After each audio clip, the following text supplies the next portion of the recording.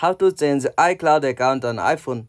Hey everyone, welcome back. In this video I will show you how can you change iCloud account on your iPhone. So let's get started. First, as you have to open settings on your iPhone. After you open settings, you'll get this kind of interface. From here, at the top right, simply tap on your Apple account. From your Apple account section, you'll have to scroll down and tap on sign out. And from the section, you'll have to confirm with your Apple ID password. After you confirm that, after that, a 1 hour timer will be set, and after that, you'll be able to remove that iCloud.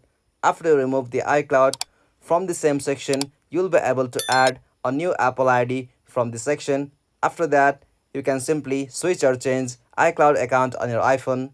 If you found this video helpful, please make sure to like and subscribe for more iPhone tutorial like this. Thanks for watching. Have a good day.